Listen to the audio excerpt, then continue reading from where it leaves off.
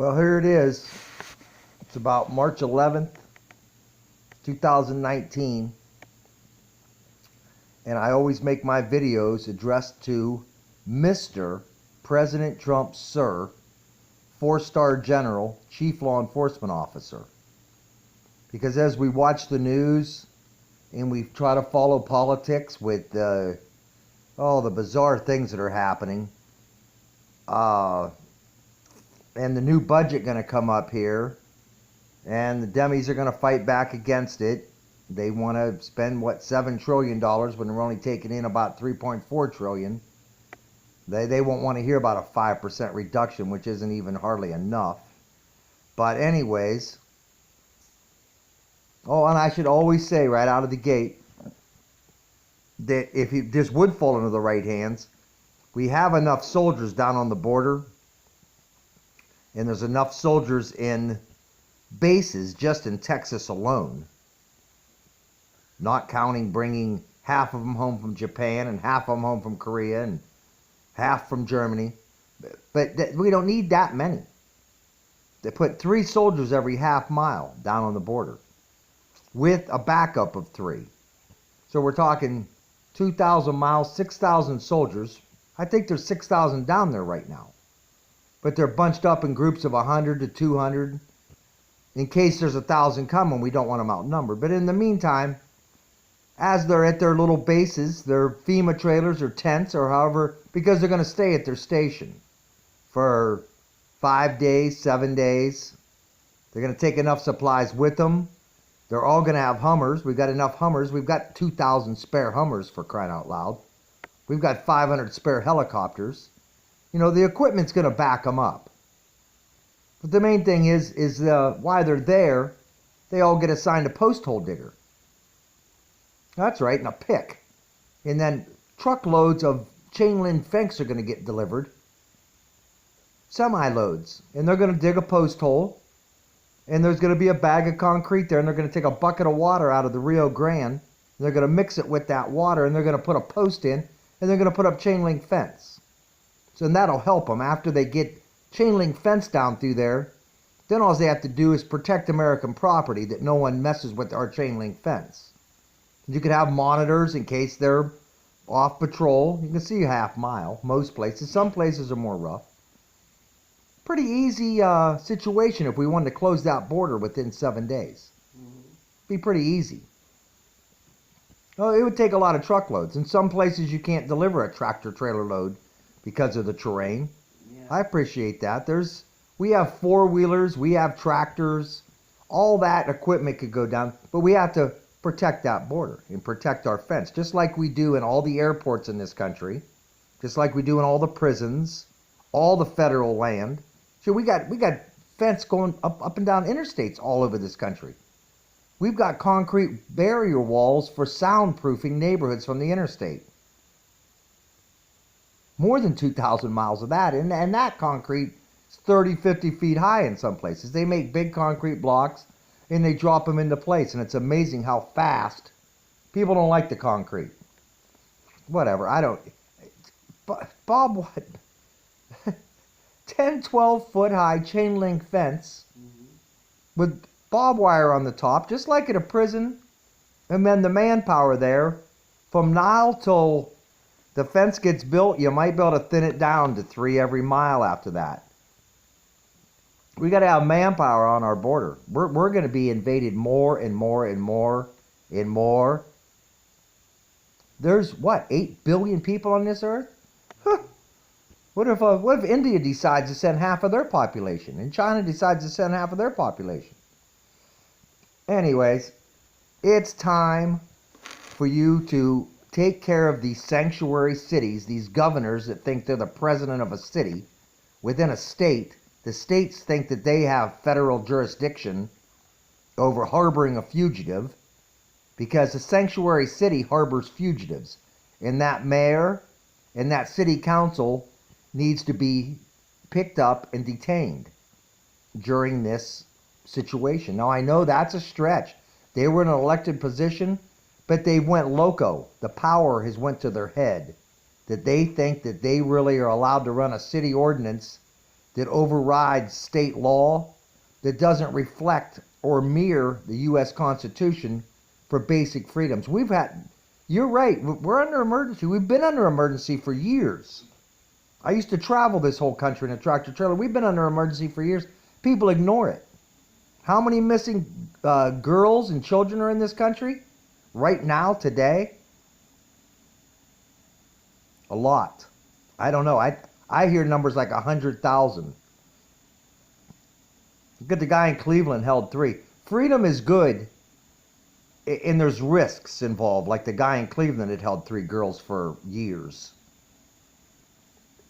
It's pretty easy. We talk about the drugs and prostitution coming across the border. We never hear a follow-up on that. Of which cities are they going to? Cincinnati, Ohio, St. Louis? Is that the drugs? Or are the sex slave girls bringing the drugs? Maybe you ought to call Al Gore. He knows about the dark side of every city. He knows that when you check into a motel, the concierge, the desk clerk, knows to point you that way or that way to where the Oriental massage parlor is. Like the one in Florida. That was a joke. There's thousands of those in this country. It was on Craigslist under massages. Most cities have 10 of them in plazas. They're just a massage parlor. They give you an Oriental massage with hot rocks. No happy ending. No happy ending. Take that up with the girl in the room. Yeah. No one respects our laws. The situation is, they're not going to give the money. They're going to hold you up in court again. La-di-da-di-da. We got a mess going on here. It's time to consider, and there's going to be fallout. Oh, they're going to accuse you of everything in the book from thinking you're Jesus. Rex 84. Oh, the UN's not going to like it. The rest of the world's going to think we went loco. Because it's going to be such a delicate thing because it's going to be called martial law. And there's conspiracy theorists, along with your buddy Alex Jones, that's been worried about this ever since Waco, Texas, 25 years ago. We've been worried about the strong arm of the government and the Department of Firearms and Alcohol and Tobacco going in FEMA and Homeland Security and the Bureau of Land Management. Are they still armed? How many armed departments in the government are there? About 437, and they're all armed, along with the FBI and FEMA, and oh my God.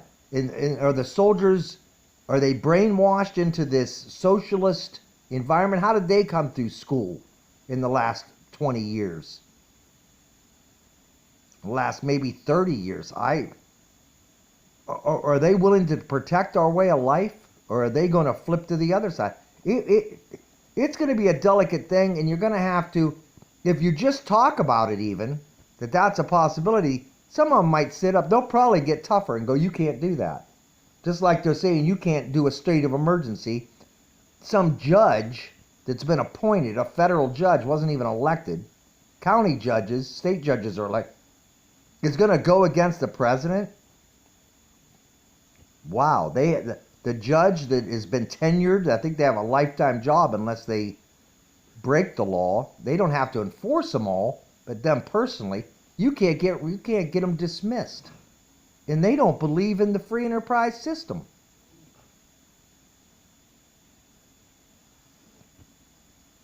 They believe in socialism, fascism, communism. We'd be better off that way. We can't control ourselves here.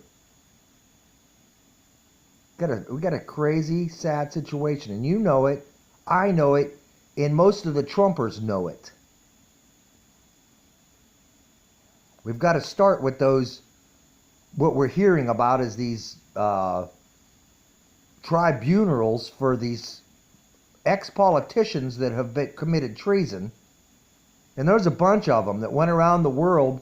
I think some of them, John Kerry, I think, still goes to other countries and talks deals with them, and he's not an employee of the federal government anymore.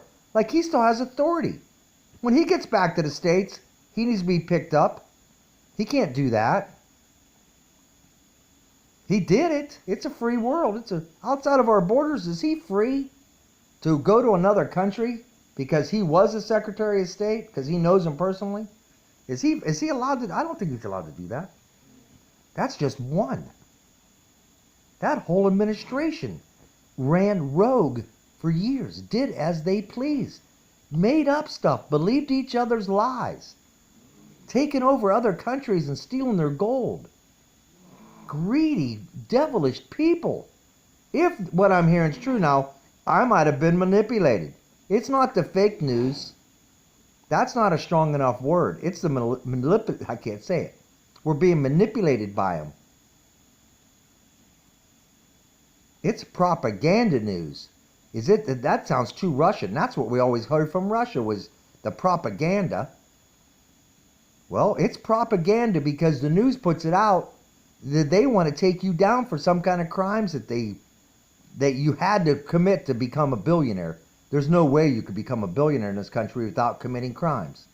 That's what they're saying to all the rich people, that you can't start a store and sell enough stuff to make profit and live pretty tame for a while until you get rich enough to buy a casino and then make $121 million and go buy a plane and a yacht and a country club. And I mean, $121 million, sell your house to some Russian, which was really strange.